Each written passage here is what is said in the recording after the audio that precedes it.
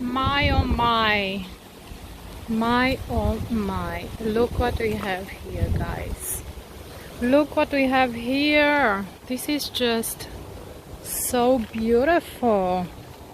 I needed to record this and take a picture because those little mushrooms are not gonna last too long. This is so fascinating, right?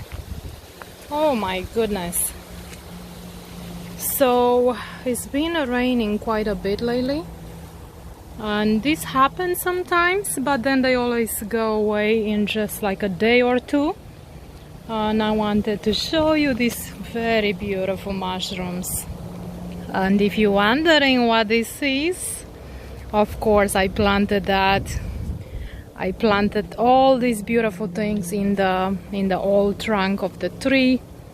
We cut it down, and I made a beautiful display out of it. So I planted a banana tree. Yeah, that's right, but banana tree. And I planted a bougainvillea here. It's growing very slow compared to the sister one that I planted. The other one is huge, and this is basically barely growing. But it's okay because I don't want it to grow too fast, honestly.